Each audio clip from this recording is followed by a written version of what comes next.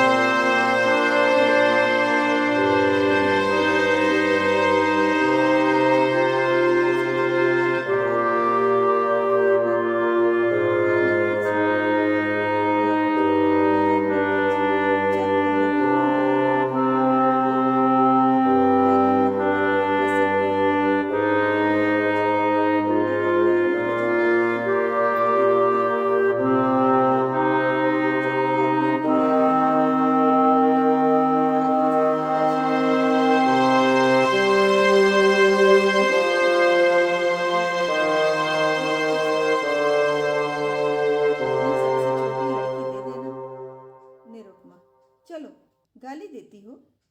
भावज, अच्छा, यह न सही, एक बार उन्हें प्रेमालिंगन करने देना। निरुपमा, भाभी, मुझसे ऐसी हंसी करोगी तो मैं चली जाऊंगी। भावज, वह महात्मा बड़े रसिया हैं। निरुपमा, तो चूल्हे में जाएं, कोई दुष्ट होगा। भावज, उनका आशीर्वाद तो इसी शर्त पे मिलेगा, वह और कोई भेंट स्वीकार ही नहीं करते। निरुपमा, तुम तो यूं बातें कर रही हो मानो उनकी प्रतिनिधि हो। भावज, हाँ, वह यह सब विषय मेरे ही द्वारा तय किया करते हैं। मैं भेंट लेती हूँ, मैं ही आशीर्वाद देती हूँ, मैं ही उनके हितार्थ भोजन कर लेती हूँ। निरुपमा, तो यह कहो कि तुमने मुझे बुलाने के लिए यह हीला निकाला है। भावज, नहीं, उनके साथ ही तुम्हें कुछ ऐसे गुण बता दूंगी जिससे तुम अपने घर आराम से रहो। इसके बाद दोनों सखियों में कानाफूसी होने लगी। जब भावज चुप हुई तो निरुपमा बोली, और जो कहीं फिर कन्या हुई तो? भावज, तो क्या, कुछ दिन तो शांति और सुख से जीवन कटेगा, यह दिन तो कोई लौटा न लेगा। पुत्र हुआ तो कहना ही क्या, पुत्री हुई तो फिर कोई नई युक्ति निकाल ली जाएगी। तुम्हारे घर के जैसे अक्ल के दुश्मनों के साथ ऐसी ही चालें चलने में गुजारा है। निरुपमा, मुझे तो संकोच मालूम होता है। भावज, त्रिपाठी जी को 2-4 दिन में पत्र लिख देना कि महात्मा जी के दर्शन हुए और उन्होंने मुझे वरदान दिया है। ईश्वर ने चाहा तो उसी दिन से तुम्हारी मान प्रतिष्ठा होने लगेगी। घमंडी दौड़े हुए आएंगे और तुम्हारे ऊपर प्राण निछावर करेंगे। कम से कम साल भर तो चैन की बंसी बजाना, इसके बाद देखी जाएगी। निरुपमा, पति से कपट करूं तो पाप न लगेगा? भावज, ऐसे स्वार्थियों से कपट करना पुण्य है। 3-4 महीने के बाद निरुपमा अपने घर आई। घमंडीलाल उसे विदा कराने गए थे। सरहज ने महात्मा जी का रंग और भी चोखा कर दिया। बोली, ऐसा तो किसी को देखा नहीं कि इन महात्मा जी ने वरदान दिया हो और वह पूरा न गया हो। हाँ, जिसका भाग्य ही फूट जाए उसे कोई क्या कर सकता है। घमंडी लाल प्रत्यक्ष तो वरदान और आशीर्वाद की उपेक्षा ही करते रहे। इन बातों पर विश्वास करना आजकल संकोचजनक मालूम होता है, पर उनके दिल पर असर जरूर हुआ। निरुपमा की खातिरदारियां शुरू हो गई। जब वह गर्भवती हुई तो सबके दिलों में नई नई आशाएं हिलोरे लेने लगी। सास जो उठते गाली और बैठते व्यंग से बातें करती थी, अब उसे पान की तरह फेरती। बेटी, तुम रहने दो, मैं ही रसोई बना लूंगी, तुम्हारा सिर दुखने लगेगा। कभी निरुपमा कलसे का पानी या कोई चारपाई उठाने लगती तो सास दौड़ती, बहू रहने दो, मैं आती हूँ, तुम कोई भारी चीज मत उठाया करो। लड़कियों की बात और होती है, उन पर किसी बात का असर नहीं होता। लड़के तो गर्भ ही में मान करने लगते हैं। अब निरुपमा के लिए दूध का उठौना किया गया जिससे बालक पुष्ट और गोरा हो। घमंडी लाल वस्त्र आभूषणों पर उतारू हो गए। हर महीने एक न एक नई चीजें लाते। निरुपमा का जीवन इतना सुखमय कभी न था, उस समय भी नहीं जब नवेली वधू थी। महीने गुजरने लगे। निरुपमा को अनुभूत लक्षणों से विदित होने लगा कि यह कन्या ही है, पर वह इस भेद को गुप्त रखती थी। सोचती, सावन की धूप है, इसका क्या भरोसा, जितनी चीज धूप में सुखानी हो सुखा लो, फिर तो घटा छाएगी ही। बात बात पर बिगड़ती। वह कभी इतनी मानशीला न थी, पर घर में कोई चूं तक न करता कि कहीं बहू का दिल न दुखे, नहीं बालक को कष्ट होगा। कभी कभी निरुपमा केवल घर वालों को जलाने के लिए अनुष्ठान करती। उसे उन्हें जलाने में मजा आता था। वह सोचती, तुम स्वार्थियों को जितना जलाऊं उतना अच्छा। तुम मेरा आदर इसलिए करते हो ना कि मैं बच्चा जनूंगी जो तुम्हारे कुल का नाम चलाएगा। मैं कुछ नहीं हूं, बालक ही सब कुछ है। मेरा अपना कोई महत्व नहीं। जो कुछ है वह बालक के नाते। यह मेरे पति हैं। पहले इन्हें मुझसे कितना प्रेम था, तब इतने संसार लोलुप न हुए थे। अब इनका प्रेम केवल स्वार्थ का स्वांग है। मैं भी पशु हूँ जिसे दूध के लिए चारा पानी दिया जाता है।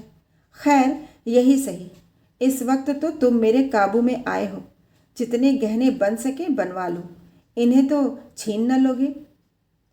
इस तरह 10 महीने पूरे हो गए। निरुपमा की दोनों नंदें ससुराल से बुलाई गईं। बच्चे के लिए पहले ही से सोने के गहने बनवा लिए गए। दूध के लिए एक सुंदर दुधार गाय मोल ले ली गई। घमंडी लाल उसे हवा खिलाने को एक छोटी सी सेज गाड़ी लाए।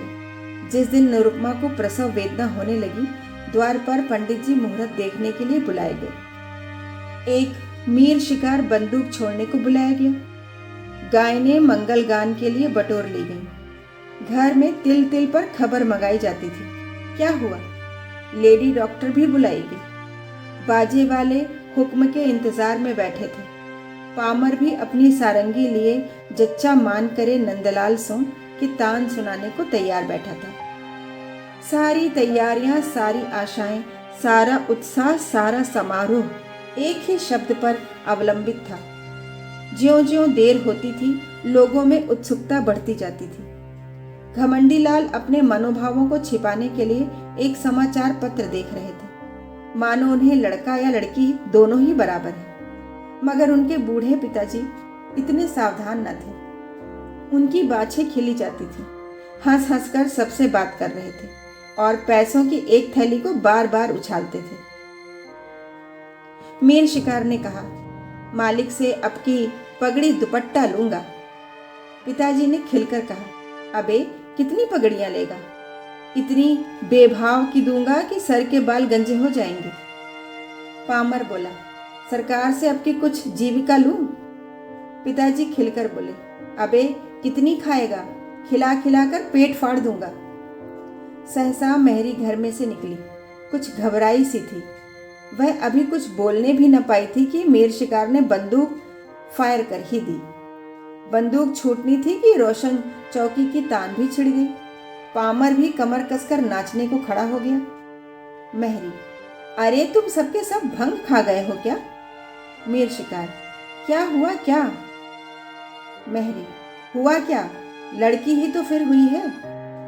पिताजी, लड़की हुई है? यह कहते कहते वह कमर थामकर बैठ गए, मानो वज्र गिर पड़ा। घमंडी लाल कमरे से निकल आए और बोले, जाकर लेडी डॉक्टर से तो पूछ, अच्छी तरह देख लें। देखा ना सुना, चल खड़ी हुई। मेहरी, बाबूजी मैंने तो आंखों देखा है। घमंडी लाल, कन्या ही है। पिता, हमारी तकदीर ही ऐसी है बेटा। जाओ रे सबके सब।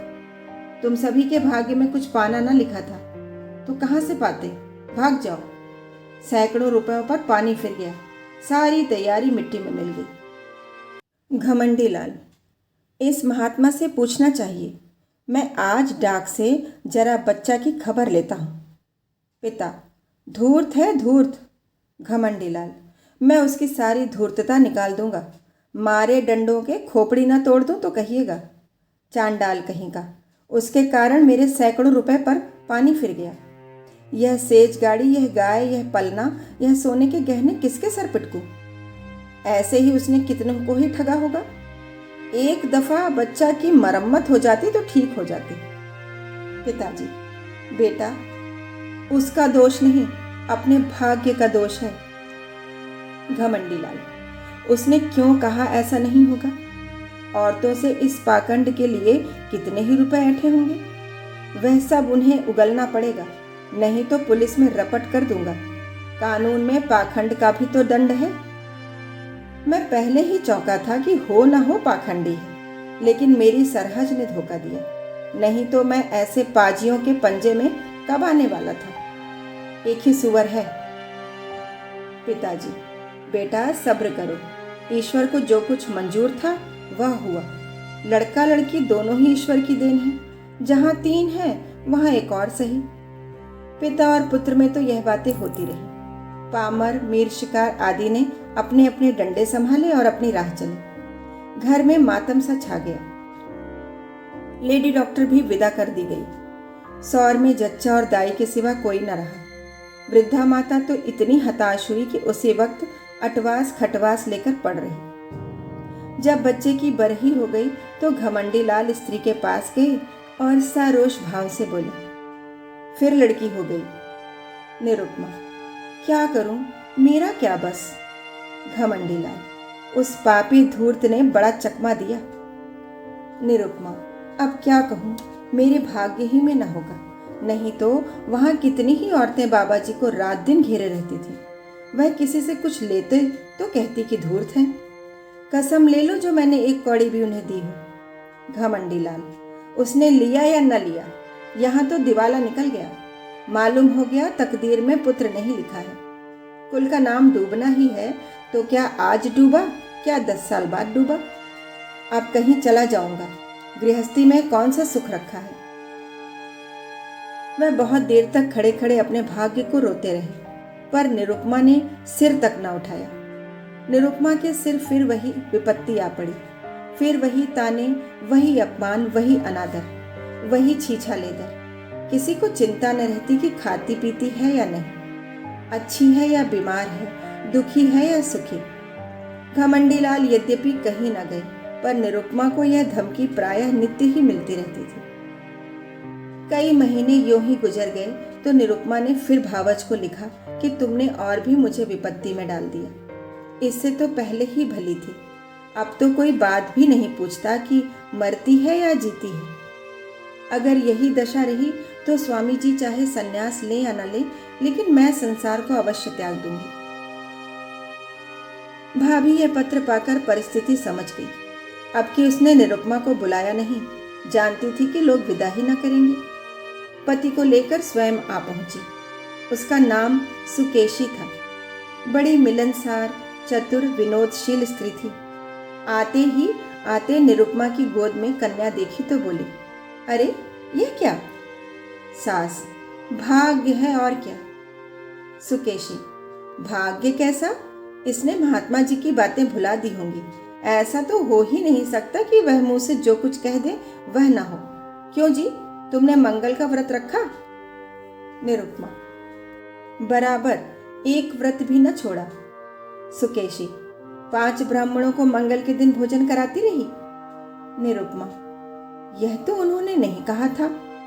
सुकेशी, तुम्हारा सिर, मुझे खूब याद है, मेरे सामने उन्होंने बहुत जोर देकर कहा था। तुमने सोचा होगा ब्राह्मणों को भोजन कराने से क्या होता है। यह न समझा कि कोई अनुष्ठान सफल नहीं होता जब तक विधिवत उसका पालन न किया जाए। सास, इसने कभी इसकी चर्चा ही नहीं की। नहीं 5 क्या 10 ब्राह्मणों को जिमा देती। तुम्हारे धर्म से कुछ कमी नहीं है। सुकेशी, कुछ नहीं, भूल हो गई और क्या।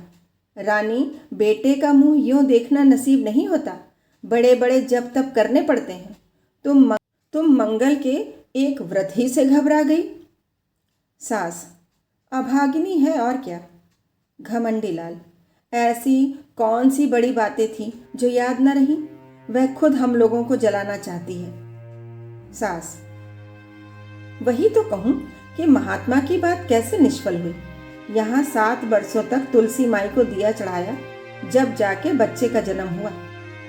घमंडी लाल, इन्होंने समझा था दाल भात के कौर हैं। सुकेशी, खैर अब जो हुआ सो हुआ, कल मंगल है, फिर व्रत रखो और अब की 7 ब्राह्मणों को जिमाओ। देखें कैसे महात्मा जी की बात नहीं पूरी होती। घमंडी लाल, व्यर्थ है, इनके किए कुछ न होगा। सुकेशी, बाबूजी, आप विद्वान समझदार होकर इतना दिल छोटा करते हैं। अभी आपकी उम्र ही क्या है, कितने पुत्र लीजिएगा। नाको दम न हो जाए तो कहिएगा। सास, बेटी, दूध पूत से भी किसी का मन भरा है। सुकेशी, ईश्वर ने चाहा तो आप लोगों का मन भर जाएगा, मेरा तो भर गया। घमंडी लाल, सुनती हो महारानी, आपकी कोई गोलमाल मत करना, अपनी भाभी से सब ब्यौरा अच्छी तरह पूछ लेना। सुकेशी, आप निश्चिंत रहें, मैं याद करा दूंगी। क्या भोजन करना होगा, कैसे रहना होगा, कैसे स्नान करना होगा, यह सब लिखा दूंगी। और अम्मा जी, आज के 18 मास बाद आपसे कोई भारी इनाम लूंगी। सुकेशी 1 सप्ताह यहाँ रही और निरुपमा को खूब लिखा पढ़ाकर चली गई। निरुपमा का इकबाल फिर चमका।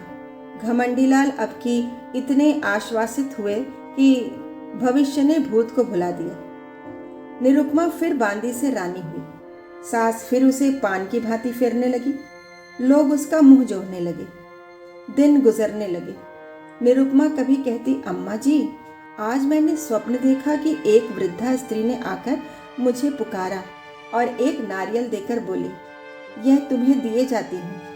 कभी कहती, अम्मा जी, अब की न जाने क्यों मेरे दिल में बड़ी बड़ी उमंगें पैदा हो रही हैं। जी चाहता है खूब गाना सुनूं, नदी में खूब स्नान करूं, हर दम नशा सा छाया रहता है। सास सुनकर मुस्कुराती और कहती, बहू, ये शुभ लक्षण है।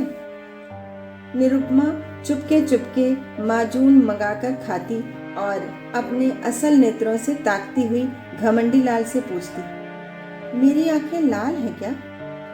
घमंडी लाल खुश होकर कहते, मालूम होता है नशा चढ़ा हुआ है, ये शुभ लक्षण है। निरुपमा को सुगंधों से कभी इतना प्रेम न था। फूलों के गजरों पर अब वह जान देती थी। घमंडी लाल अब नित्य सोते समय उसे महाभारत की वीर कथाएं पढ़कर सुनाते। कभी गुरु गोविंद सिंह की कीर्ति का वर्णन करते। अभिमन्यु की कथा से निरुपमा को बड़ा प्रेम था। पिता अपने आने वाले पुत्र को वीर संस्कारों से परिपूरित करना चाहता था। एक दिन निरुपमा ने पति से कहा, नाम क्या रखोगे? घमंडी लाल, यह तो तुमने खूब सोचा, मुझे तो इसका ध्यान ही न रहा था।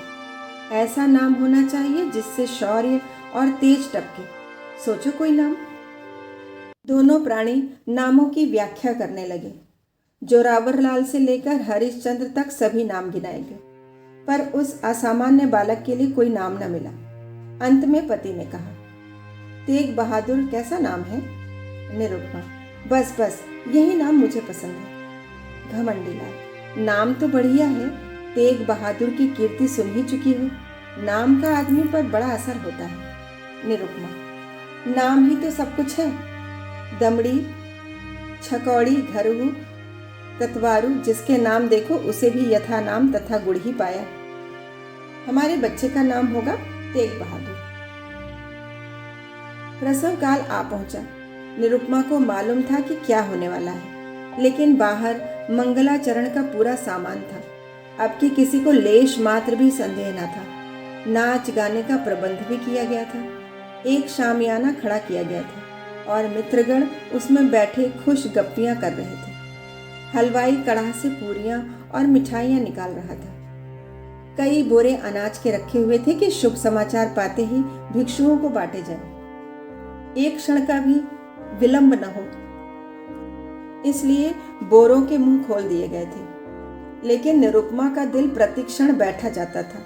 अब क्या होगा? 3 साल किसी तरह कौशल से कट गए और मजे में कट गए, लेकिन अब विपत्ति सिर पर मंडरा रही है। हाय, कितनी परवशता है! निरपराध होने पर भी यह दंड।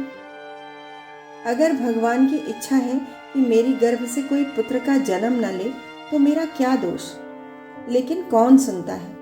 मैं ही अभागिनी हूँ, मैं ही त्याज्य हूँ, मैं ही कलमुही हूँ, इसलिए न कि परवश हूँ। क्या होगा?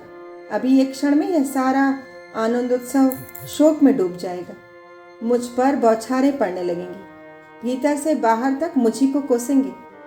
सास ससुर का भय नहीं, लेकिन स्वामी जी शायद मेरा अब मुंह न देखें, शायद निराश होकर घर बार त्याग दें। चारों तरफ अमंगल ही अमंगल है। मैं अपने घर की, अपनी संतान की दुर्दशा देखने के लिए क्यों जीवित हूँ? कौशल बहुत हो चुका, अब उससे कोई आशा नहीं। मेरे दिल में कैसे कैसे अरमान थे। अपनी प्यारी बच्चियों का लालन पालन करती, उन्हें ब्याहती, उनके बच्चों को देखकर सुखी होती। पर आह, यह सब अरमान खाक में मिले जाते हैं। भगवान, तुम्हें अब इनके पिता हो, तुम ही इनके रक्षक हो। मैं तो अब जाती हूँ। लेडी डॉक्टर ने कहा। वेल, फिर लड़की है। भीतर बाहर कोहराम मच गया, पिट्टस पड़ गई। घमंडी लाल ने कहा, जहन्नुम में जाए ऐसी जिंदगी, मौत भी नहीं आ जाती।